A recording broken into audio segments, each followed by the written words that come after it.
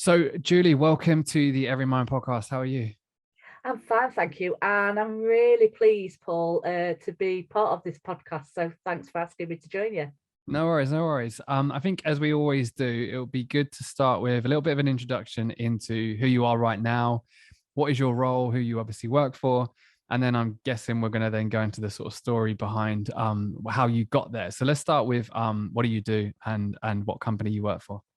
So I'm Julie Dennis and I work for Acas. For people who don't know, Acas is a government organisation and we deal with all issues to do with employee rights. So we deal with early conciliation. If people are in conflict with their employer, they have to come through Acas first. But more importantly, provide advice and training to employers and workers across the UK on all issues to do with employment rights. And my role at Acas is to lead on everything to do with equality and diversity and inclusion. So that can be making sure that us as a organisation treat our people fairly and we have the proper policies and procedures. But more importantly, it's about me going out and sharing best practice with organisations about what good looks like, working with government on policy and doing podcasts like this and educating people. Amazing. And we've spoken briefly before we obviously hit record on the podcast. And I know a little bit about your journey and a little bit about your experiences, because I think that's such an important part of this. And what I tend to find is when we speak to people that do the work that you do, there's a fire inside of you from somewhere that makes you do it, especially like you said, doing podcasts and trying to raise awareness and education. There's a lot of personal experience that comes with that. So if you don't mind, and of course as comfortable as you feel, what is that fire inside of you that makes you want to do the work that you do? I have got that fire in my belly, and a lot of people say, I'm really passionate about diversity and inclusion. And I think that comes from my background. So I am one of three children brought up by a single parent back in the 70s. I know I don't look that old. I saw that inequality right early on, from coming from a single parent family. But then also myself, as I got older, I think in terms of when we're looking at the subject around mental health and why I'm really passionate about mental health, is that when I look back now, I know that in terms of my own mental health, that started to get affected when in my teenage years. So unfortunately, I had to leave home when I was 17 years old because it wasn't safe for me to stay at home. And that had a real impact on me.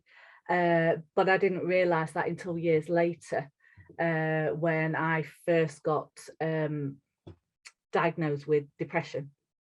But also when I left home and I met my first partner, my first serious relationship, who we ended up getting married and having a child. And that was a mixed race relationship. So my husband was Jamaican. So again, facing discrimination, being in a mixed relationship. And again, that has an impact on your mental health. But also, he as an individual, unfortunately, he had schizophrenia.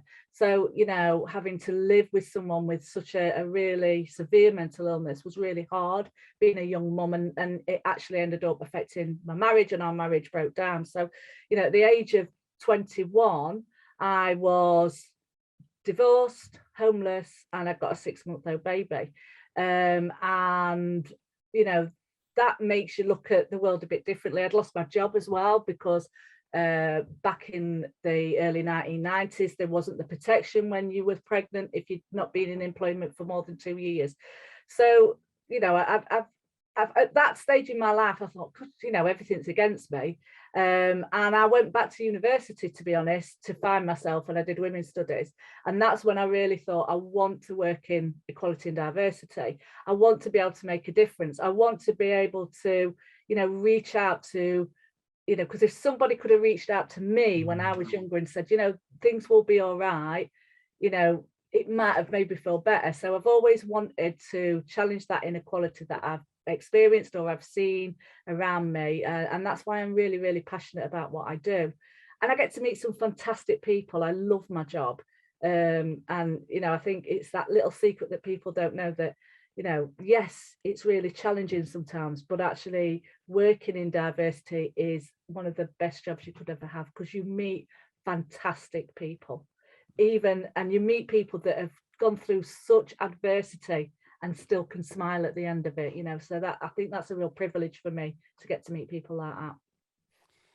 It's amazing, you know. Thank you for sharing your story. You know, we're an organization that focuses heavily on personal experience just because we believe in it so much. And, you know, you hear everyone's story and everyone's so different, right? You know, and sometimes, you know, I've got my own experiences, you've got your own experiences. And even though you can never relate to someone completely, there's always that compassion and, oh my God, you know, almost in a way, the inspiration that comes from you sharing your story. So, you know, firstly, thank you. And I think off the back of that, when you say you've met so many incredible people doing the work that you do you find like, because maybe you are more open to being vulnerable, you attract other individuals that are open to be more vulnerable? So as an example, when you're talking about you back then dealing with a lot of, I guess, the shame, a lot of the judgment, did you find at times when you couldn't talk about it, you didn't know who to talk to, but now I guess you're a lot more open about it, you've maybe sort of experienced other people sharing their own stories? So that's a big question, but what I would say is, how have you found you being more vulnerable in the workplace has helped you as an individual?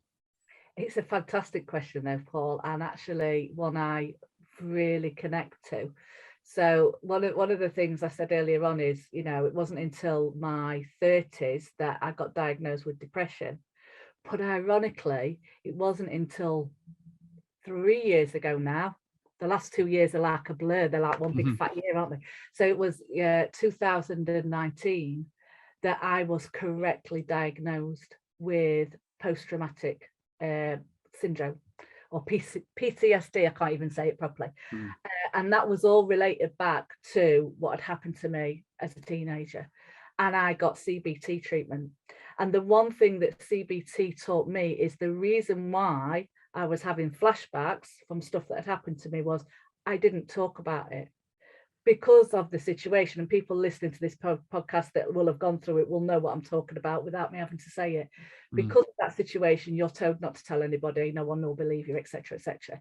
So that then affects your mental health. Whereas I know with other things I've gone through, you know, the stuff I went through with my first husband and the stuff I've gone through since, I've been really lucky that I've had friends that I've been able to talk about, and it you know, reduces that impact. So yeah, I absolutely agree that by being vulnerable and sharing your experiences, people will come forward to you and start talking to you and open up. And it's amazing how many people I meet that are true survivors, be that from whatever. You know, I used to work in domestic abuse years ago, and again, you know, being able to talk about that situation and people being able to share their stories, it makes you, I think it makes me a better manager as well, because people feel they can trust you and open up, and then between you can then get those solutions put forward. But it's not always easy, and it's not easy for a lot of people. You know, some people still can't talk about things. Some people don't feel the need to talk about things. So different people deal with it in different ways. So, you know, for me, I know talking is the best therapy in terms of any form of mental health. So, yeah. I love that. And again, you know, when you're looking at the workplace, vulnerability in the workplace, we've shied away from it from a very long time. And I think you touched on a couple of the benefits there, you know, trust. You know, when you as a manager can be vulnerable, you create trust between yourself and one of your colleagues, someone in your team, that allows them to feel almost, permission's not the right word, but permission to talk openly to you as their manager. And, you know, I talk a lot about vulnerability because, similar to you, it took me a long time to talk about what I was afraid to talk about. And as soon as I started to talk, people were like, well, yeah, I deal with this, I deal with that, I deal with this, I deal with that. And there I am feeling like I'm the only one dealing with this, when in reality, as soon as I started to be vulnerable, I realized everyone's human and everyone's dealing with something. But as you say, vulnerability, and I think your story, what you just shared, is a great example of that, is there's a lot that you probably don't want to talk about. And I feel like with vulnerability, we feel like we have to tell everyone everything. Like, oh, I've got this going on, and when I was younger, this happened, and all of this. But actually, you're sharing vulnerably, but you're very much in control of that, right? You're not talking about the stuff you don't want to talk about. That's for maybe your private therapy sessions or whatever. But you're in control of that vulnerability. So, in the workplace in particular, have you seen anything to be effective with leaders, as an example, sharing more vulnerably? Yeah, and I think, yeah, I mean, I think the whole leadership bit, and again, it's, we all, as leaders, we have to take ourselves back to when we weren't leaders, when we were Mm, more senior staff. And people have this perception, don't they, as a leader? I know that, people may see me at events, see me in my fancy clothes and all that kind of stuff, because I like nice things now. And they might think, oh, it's found it easy to get to where she is. Whereas actually, a lot of leaders I meet, we've had quite a hard journey to get where we've got to. We haven't had everything given us on a plate. We haven't had this, full privilege back. Some of us have, but not all of us. So actually, when you share that story, your people can go, actually, you're a real person, aren't you? You are actually just normal like me. And then it's also, I think it's that, the reason I do it, it's more for empowering others. It's more to empower, especially when I talk to women, it's about to empower women so you can achieve anything you want to achieve, and I think about when I had my daughter and my marriage had broke up, and my stepfather turned around to me and said, you've ruined your life and you'll never achieve anything because you've got a mixed race child and no one will want you. That's an awful thing to say to someone at 21. But actually, for me, it made me think, you know what? I'm going to prove you wrong. And I can remember when I got my first job in the civil service with, got my first grade 7 role, going to my mum's house and taking my payslip and going, actually, I earn more money than you now, mate, because it was, and that was my way of going, I can't actually mm. say the words kind of, but the listeners will know what I mean.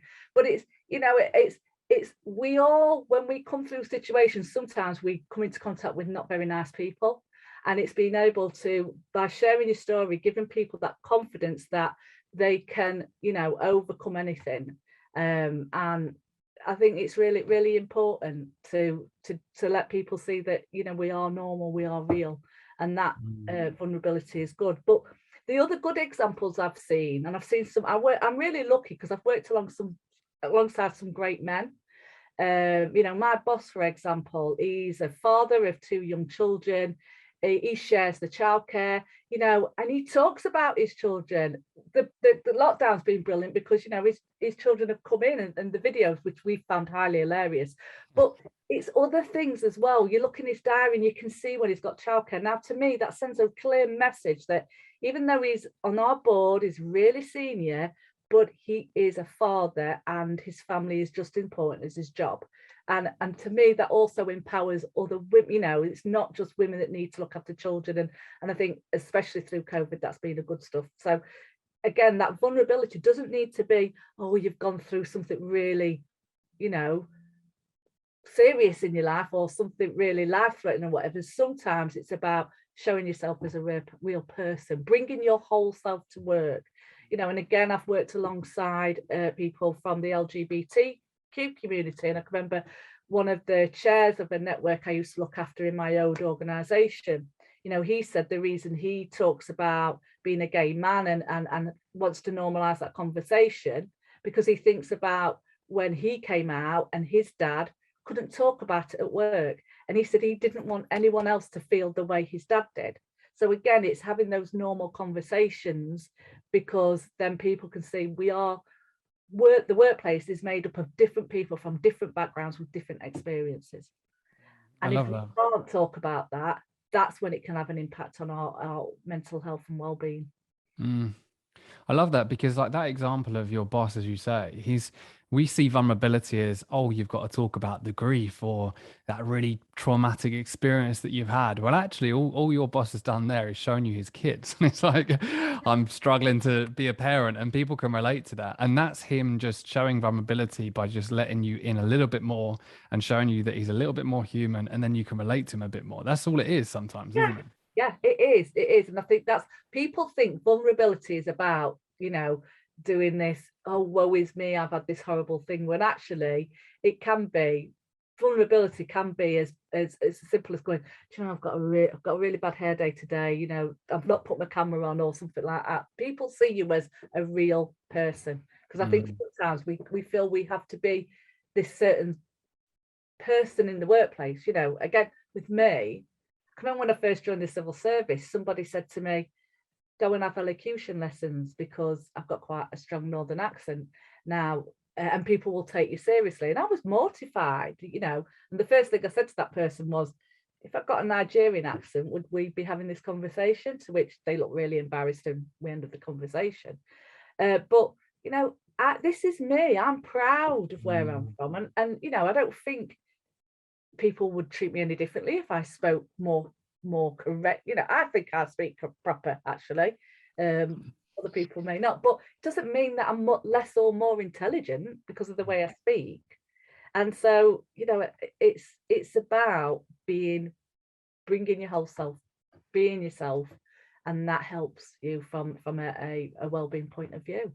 Yeah. And it's so true, because, you know, when we first had a quick little chat before this, you know, before the new year, wasn't it? And then even when we jumped on the call now, it's like, I feel like I know you a lot more, because you're so relatable, and you're so personal, and you're just authentically yourself. Whereas there's many conversations that I have, and you can tell they want to stay corporate, and they want to stay in that corporate environment, which is needed sometimes. But a lot of the times, you know, sometimes if we are that little bit more personal, or authentically ourselves, it helps. And I can definitely relate to the accent part of it, because from someone who is from Essex that cannot say his THs, and he talks about thinking and thoughts quite a lot, it's always a challenge. But I've just learned to just own it. You know, don't worry too much about it. I just want to touch on discrimination a little bit, because I think that's something you've experienced, but also relates to the workplace. You know, when you're talking about whether you're a woman and been discriminated against, or as you say, the many different communities or many different individuals that experience discrimination on a day-to-day basis. As someone who was discriminated against, and as someone who was told that, you know, your life's ruined because you've made this decision, how did you find that, almost, I would say, inner strength to actually say, you know what, I'm going to prove you wrong, or I'm not going to let this discrimination overtake me? And is there any sort of tips you can give to people that might have experienced that before? Yeah, I mean, I think my circumstances are a little bit different because it was within the family, although it's really hard. And I think, you know, in the workplace, it may be different.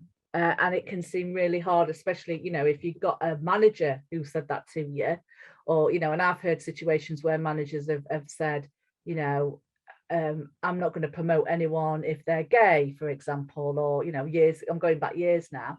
And if you're in that environment, you're thinking, oh, well, I better not come out because that I've got no chance of being promoted. So I think, you know, it's really difficult when you're in that environment to know how to challenge, especially if that's a leader. But it's about knowing there are systems. All organizations should have systems in place, should have a grievance process where you can raise concerns, try and deal with it informally as first, because that works a lot more effectively. And sometimes people don't realize that they're treating you less favorably. They could inadvertently say something or do something.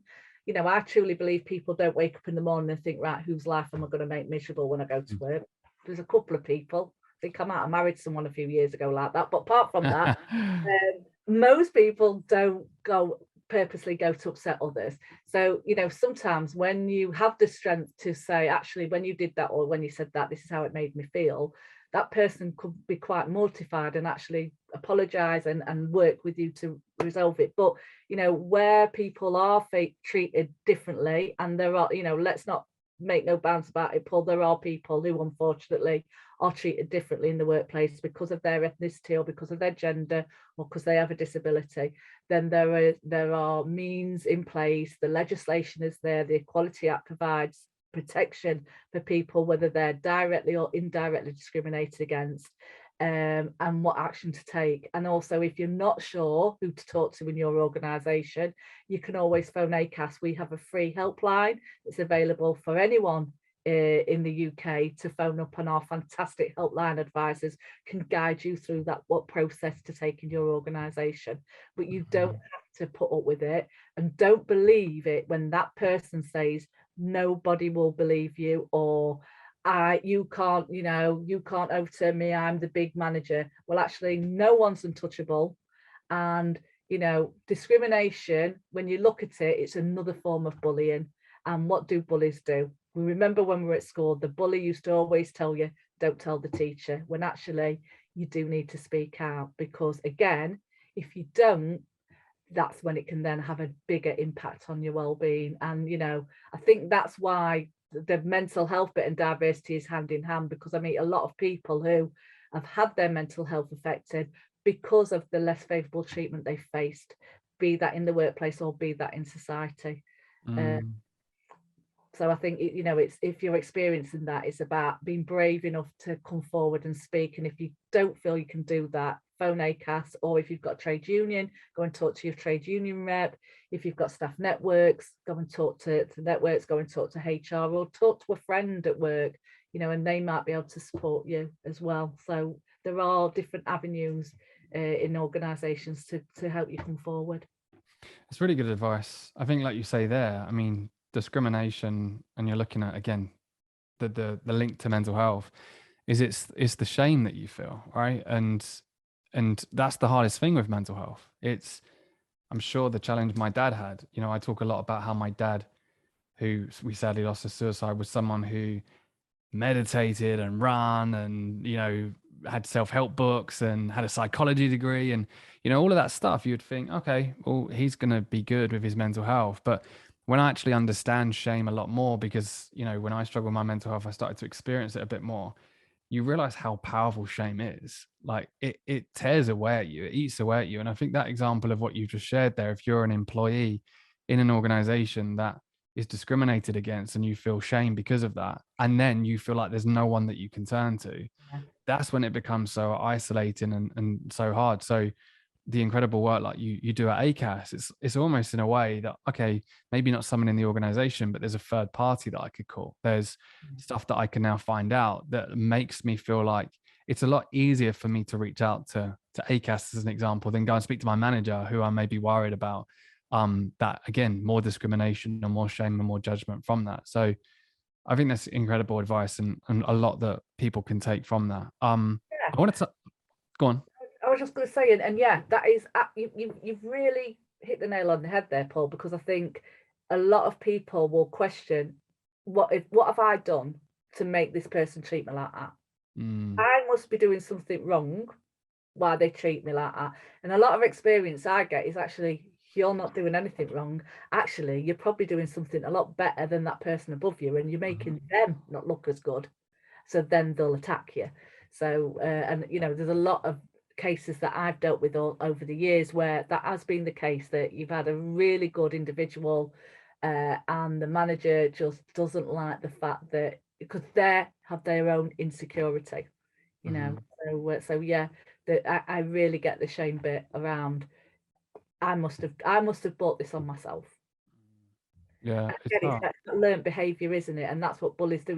You made me do this. If you hadn't have done this, I wouldn't have done that. And that's only the same in the workplace. So yeah, it's like you say, it's we don't talk about it enough, right? Don't talk about it enough, because we talk about all of the little habits that we can do for our mental health, which are great, but equally the shame part of it is very powerful. And like you say, being able to talk about it, being able to be vulnerable is really important. I know you do some incredible work in Acas in terms of your employees, in terms of your colleagues. Do you want to highlight some of the stuff that you've done, and maybe some of the reasons why you've done that? By the sounds of it, you're someone driving it in terms of your personal experience, which is probably already creating those conversations. But yeah, what have you done in Acas? Because I'm sure there's a lot of people that can learn from it. So I can't take all the credit for the fantastic work we've done in terms of mental health and wellbeing in Acas. We've got a fantastic team. I work alongside a fantastic colleague, Francoise Woolley, who's our head of mental health and wellbeing. And also people before her have worked on this. So, one of the things we did in Acas a few years ago was we developed a framework for positive mental health at work. And that framework's really simple because it covers 3 areas. It covers what should the employer be doing in terms of mental health and well-being, what should managers be doing in terms of mental health and well-being, but also what should you do as an individual in terms of mental health and well-being. And we all have a responsibility. It's not just about us going to work and saying to the company, what are you going to do for me? And in terms of what's an organization going to do, it's not just about having free fruit and having a yoga session. It's about what is the organization doing to create a culture where, for example, if they're going through change, they think about how will that impact on their people in terms of mental health and well-being. In terms of managers, you know, at Acas, we've seen some fantastic examples, not just in our own organization, but out there in other organizations where during the last 2 years, managers have really thought about mental health and well-being, especially with staff who were working remotely, and making sure they keep in touch with their people and keep connected, and that vulnerability bit forms part of it. But as individuals, we all have a responsibility for our own mental health and well-being, you know, and I know that from personal experience, you know, be that making sure I'm having to take medication when I need to, but also, you know, making sure I'm keeping fit and healthy and getting out and about.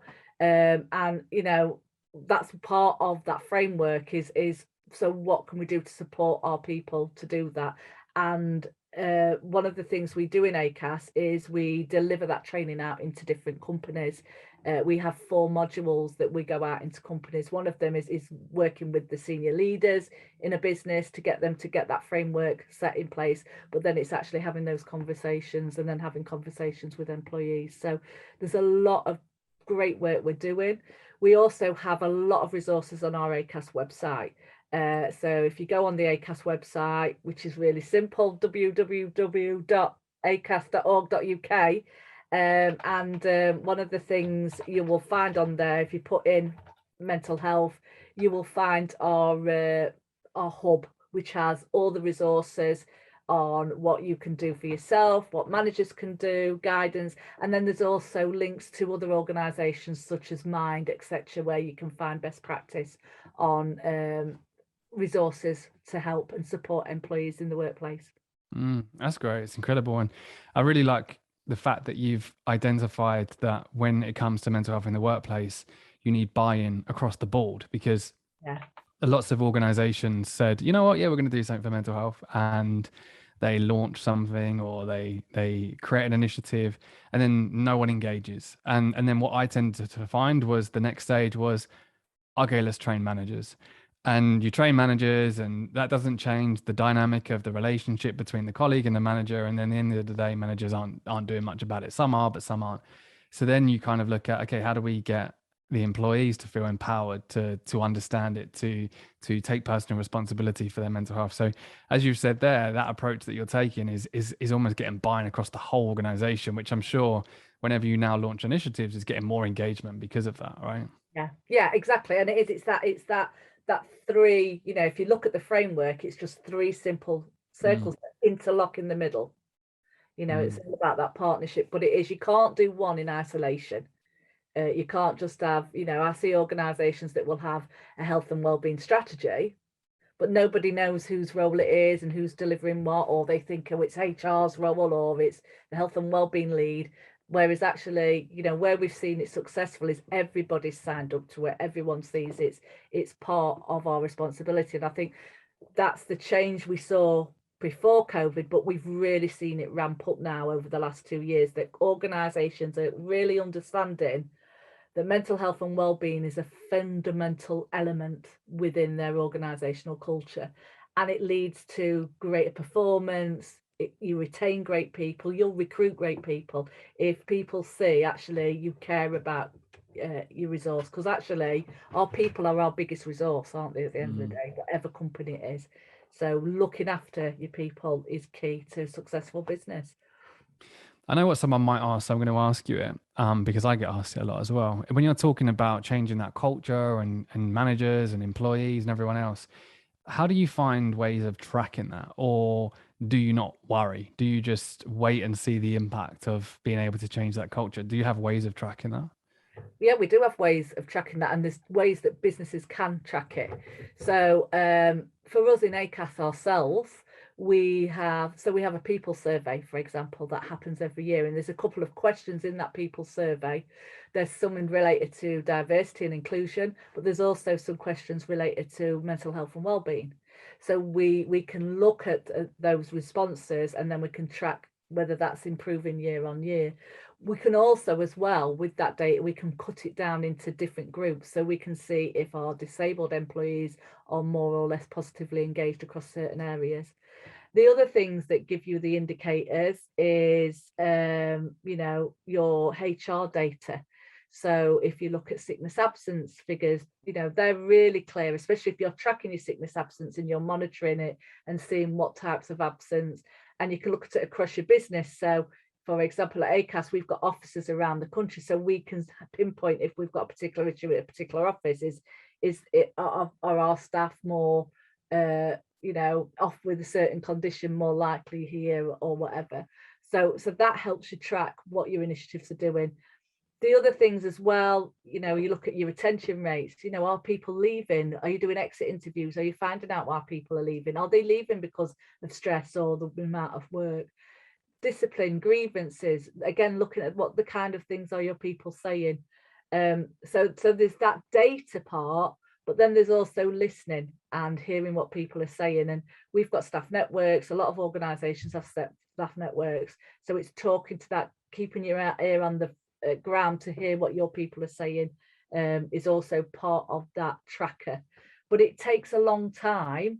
And I think some companies think it's a quick fix and, oh, we've done that tip, we can do the box, but it takes a long time to change a culture, but then you've got to keep maintaining it. And I know me and Francoise, if she was on this podcast, she'd say sometimes we feel like we're spinning the plates at the circus. Got that plate going and then you have to go to the next one. So, you know, you've got to keep those plates spinning, because when you think you've cracked it there, you've got to keep it going, if that makes sense. Yeah, it's so true. It's like you say, it's people that still believe that they can run one event on World Mental Health Day and change culture are completely wrong, because as you've said, you're juggling lots of different plates, and you've got the diversity element of it, you've got the strategy behind it, you've got, you know, senior leaders behind it, and you've got so many different factors. And what I was really intrigued by with your answer is all of those data points I'm sure people can use. Yeah. It's the fact that for a lot of us, we don't listen and we don't take the time to actually look at that data and say, actually, maybe we do need to do more for this area of mental health or well-being or diversity or whatever it is. It's interesting, right? The data is there. It's just, are we actually using it? Yeah, exactly. And I think the other thing as well, you know, when you're looking at raising awareness, think of that intersectionality element as well. So, you know, yeah, it's time to talk. You have, you know, initiatives such as Time to Talk Day or Mental Health Awareness Week, but also, you know, February, it's LGBT History Month. Now, we know from research that people from the LGBTQ plus community are probably more likely to have poorer mental health because of the discrimination they may have faced, or because they're not out in, you know, so they can't be their whole self. And we know if you can't be your whole self, it can have an impact. So it's about having those conversations that reach out to those different communities. So that's where the intersectionality comes to, and actually then people can hear themselves in that conversation. So true. Part of that. So true. I've got one more question for you. And this is throwing you. I haven't prepped you with this question. But can you share one piece of advice that you've been given that's resonated with you the most? Yeah. Do you know, it was when I first started working in diversity and inclusion. So I started my career back in 2001 in the fire service, which was a really challenging job. And I can remember my people director taking me into her office. I'd only been there a few weeks. And she said to me, them out there will make you doubt sometimes what you're doing. Go with your gut. Always go with your gut, because most of the time the solution is really straightforward and commonsensical. So go with your gut. And I've always kept that. That's kept me going for 20 years, you know. it is, you know, a really good piece of advice is go for my gut. Maybe I could be better at going my gut with other parts of my life, but in terms of work wise, it's never let me down, because a lot of the stuff that we're trying to do around this is really common sense. It's really easy to do. A lot of stuff is free. You know, talking is free, isn't it? So yeah, that is the best advice. And I think the other one is you can't do everything and you won't always please everybody. So again, I tell a lot of people who come and work in my sector, do not come and be a D&I specialist if you think everyone's going to love you and you're going to solve the world overnight, because you're in the wrong job. You know, I've been doing this for 20 years and I probably will be doing it for another 20 years, and we still will not have true equality, because people are people and people have conflict for all different reasons. So, you know, this is forever. And same with mental health. I think the difference now is we are recognizing now that we all have mental health, be that good or be that bad. But now I think more people are recognizing that when our mental health's not as good, speak up and reach out, and just remember that you may think you're a burden to someone, you're not. There's always someone who will be there to listen, no matter what time of day, what's happening. There's always someone there who you can reach out to. I love that. Really good advice. And it comes back to, actually, it seems like we've prepped this, but that when I asked you about that fire in your belly of why you do what you do, and like that's the gut, right? In a way, it keeps you going. Yeah, it does. It does. It does. And it is, you know, I think about, you know, when I was in that situation where it was just me and my daughter, we were in a bed and breakfast, you know, I'd left home with 2 bin liners full of stuff. And, you know, I think back to that young girl and I just think, you know, if I can reach out to someone and like that and make a difference just to one person, my work is done. And I just feel so privileged to have the job I have at Acas, that actually I can make a difference to a lot of people and remove those barriers wherever possible. You know, I just feel really lucky to do what I do. And I think that's what also keeps me going. You know, so yeah. It's incredible. I can relate to a lot of that. Julie, I could speak to you for hours and hours, but it is approaching 5:30 and we all want to stop for the day. But just finally, we're going to link up to some of the resources that you've shared on Acas. Is there any other ways that people can connect with you? I'm on Twitter, so you can follow me on Twitter. I'm also on LinkedIn, and again on our Acas website, we've got blogs and everything. So, you know, people can email me through our contact details. So yeah, I am available out there. I'm not that good on social media though sometimes. Amazing. No, I mean, you've done a very good job today. So now, Julie, just from me and the whole team, it's always incredible to hear personal experience, but also then just putting the workplace lens on it. I think it's always incredible when someone as open and honest as you talks a little bit more about how other businesses can do more. And when you say about reaching out and trying to help that one person who was in your situation at once, I'm sure you've helped many, many, many, many more.